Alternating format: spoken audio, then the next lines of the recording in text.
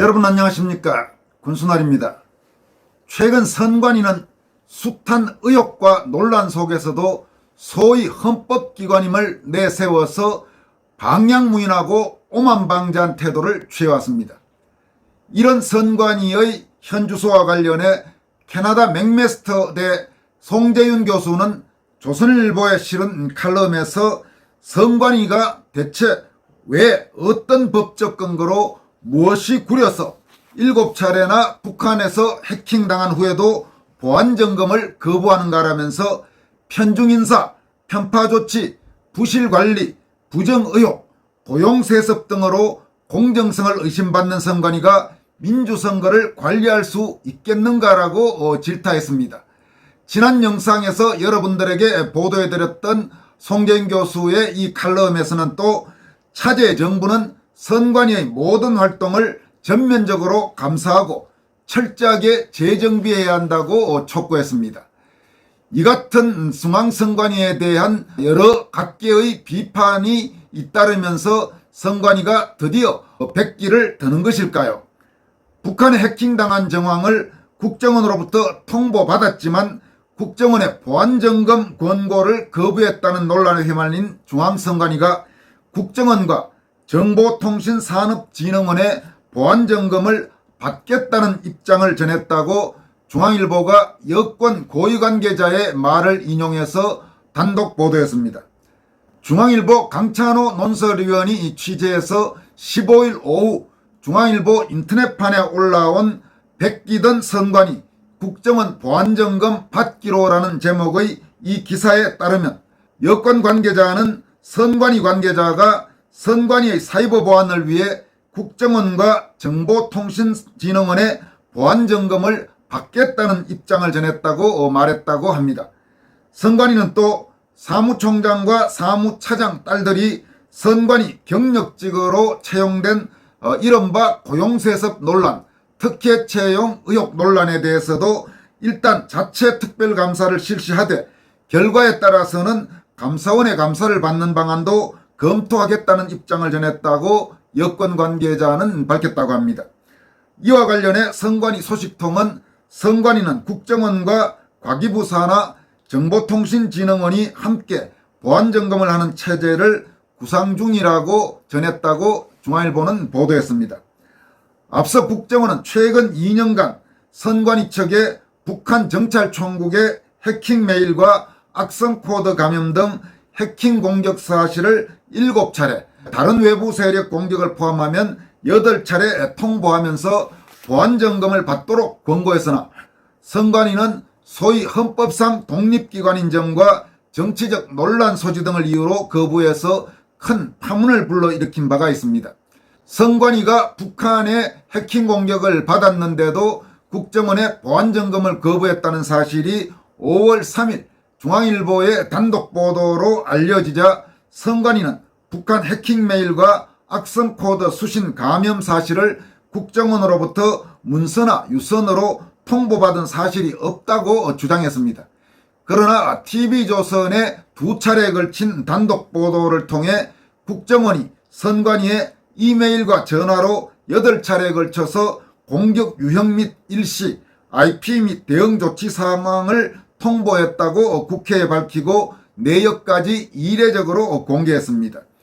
해킹 메일 유포는 올해 3월 21일, 2022년 4월 6일, 2021년 6월 4일, 5월 12일, 4월 9일 이렇게 5차례였고 악성 코드 감염은 2021년 4월 21일, 이메일 해킹은 2021년 4월 12일과 3월 26일 2차례였습니다.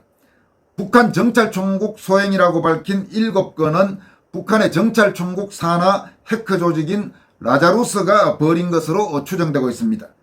그러자 선관위는 국정원으로부터 통상적인 해킹 의심 메일 통보를 받은 적은 있었지만 북한 해킹 메일과 악성 코드 감염 사실을 통보받은 적은 없다고 또 주장해서 논란이 커져왔습니다.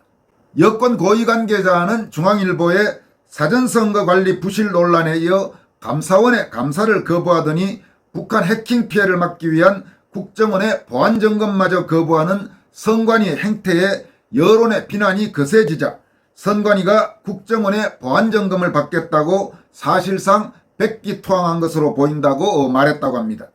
이어서 선관위 사무처 1인자와 2인자인 사무총장과 사무차장 자녀의 지방직 공무원에서 선관위 경력직 채용 논란에 대해서도 선관위는 자체 특별감사로 대응하겠다고 밝혔지만 비판 여론이 거세지자 특감 결과가 미흡할 경우 감사원의 감사 수용을 검토하겠다고 한 발 물러선 것으로 보인다, 이렇게 말했다고 합니다. 박찬진 선관위 사무총장과 송봉섭 선관위 사무차장의 딸들은 지방직 공무원으로 근무하다가 박찬진 사무총장의 딸은 2022년, 송봉섭 사무차장 딸은 2018년 모두 문재인 정권 시절에 선관위 경력직 공무원에 채용돼 근무하고 있습니다. 선관위 측은 두 사람의 채용과 근무 사실은 인정하면서도 채용 과정은 공정 투명했다고 주장해오다가 14일 특별감사를 실시하겠다고 밝힌 바가 있습니다. 이어서 전해드릴 소식은 바로 이 선관위 이 고위직 자녀들의 경력직 채용과 관련해서 특혜 채용이었을 가능성이 대단히 높다는 사실을 보여주는 보도가 나왔습니다. 인터넷 매체인 뉴시스가 단독 보도한 기사입니다마는 자녀 특혜 채용 논란이 불거진 선관위 고위직 두 사람 가운데 우선 송봉섭 선관위 사무차장의 딸이 충청북도 선관위 채용 면접 과정에서 선관위 직원으로 이루어진 면접위원 3명에게 모두 만점을 받은 것으로 확인됐다고 합니다. 이에 따라서 충북 선관위가 중앙선관위 고위 인사인 송봉섭 차장의 딸을 특혜 채용한 것이 아니냐는 의혹이 더 확산되고 있습니다. 정우택 국민의힘 의원실이 선관위로부터 받은 채용 관련 자료에 따르면 송봉섭 사무차장의 딸 송모 씨는 2015년 10월부터 충남 보령시에서 8급 공무원으로 일하다가 2018년 3월 충북 단양군 선관위 8급 공무원에 경력 채용됐습니다. 송 씨가 채용될 당시 충북 선관위는 2018년 지방선거를 앞두고 괴산군과 단양군 선관위에 한 명씩 결혼이 발생함에 따라 빈자리를 채울 경력직 공무원 2명을 찾고 있었다고 합니다. 충북 선관위는 당시 국가공무원법과 선관위 공무원 규칙에 따라 채용 공고를 내지 않았습니다.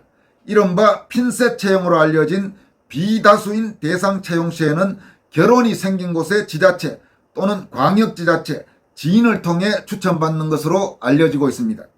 당시 송봉섭 사무차장의 딸을 포함해서 2명이 지원했는데 면접심사위원으로 위촉된 선관위 내부 직원 3명이 참여한 것으로 나타났고 이들 면접위원은 송 씨 등 2명에게 모두 만점을 준 것으로 확인됐다고 합니다. 선관위는 당시 선관위 공무원 인사 운영 기준에 따라 내부 직원을 위촉했다는 설명이지만 송봉섭 차장과 채용 절차에 참여한 선관위 직원들이 자녀 채용을 위해 공모했을 것이라는 의혹이 제기되고 있다고 뉴시스는 보도했습니다. 한편 송봉섭 사무차장의 딸은 충남 지역에서 지방직 공무원으로 있었는데 바로 충북 선관위에 경력 채용된 점도 특혜의 의혹으로 제기되고 있다고 합니다. 통상 미공고 채용이라도 괴산군과 단양군 선관위에 결혼이 발생했다면 두 지역 또는 광역지방자치단체인 충북도 내 공무원을 추천받았다고 하는데 이번에 송봉섭 사무차장의 딸은 충북이 아니고 충남 보령시 공무원이었기 때문에 석연찮은 점이 있다는 것입니다. 당시 이 송 차장의 딸과 함께 합격해 괴산군 선관위로 발령난 경력 직원은 충북 괴산군청에서 일했던 공무원이라고 합니다.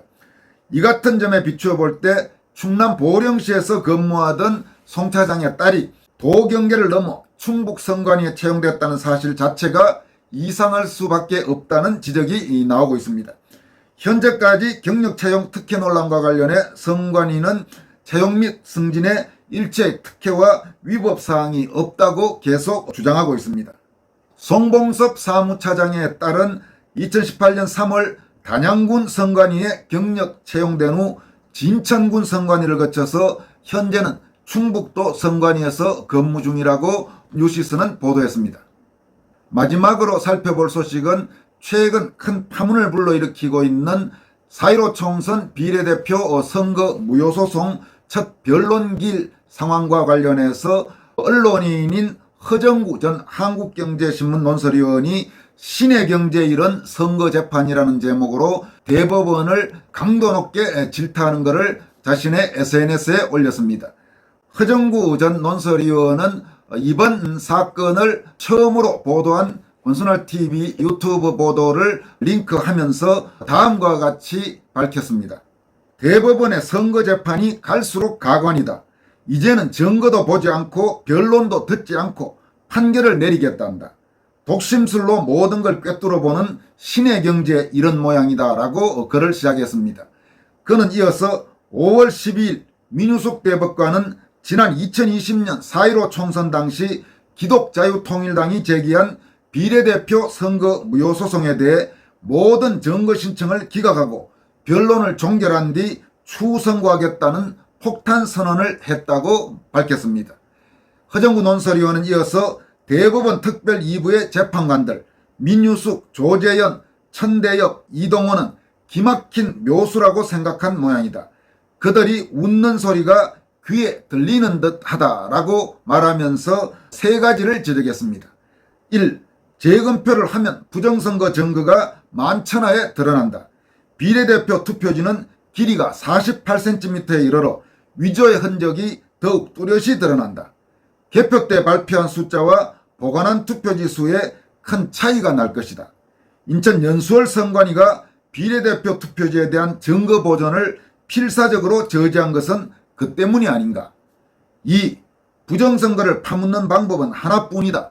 증거 신청을 기각하고 재검표를 하지 않고 변론 기회도 안 주고 재판을 끝내는 거야.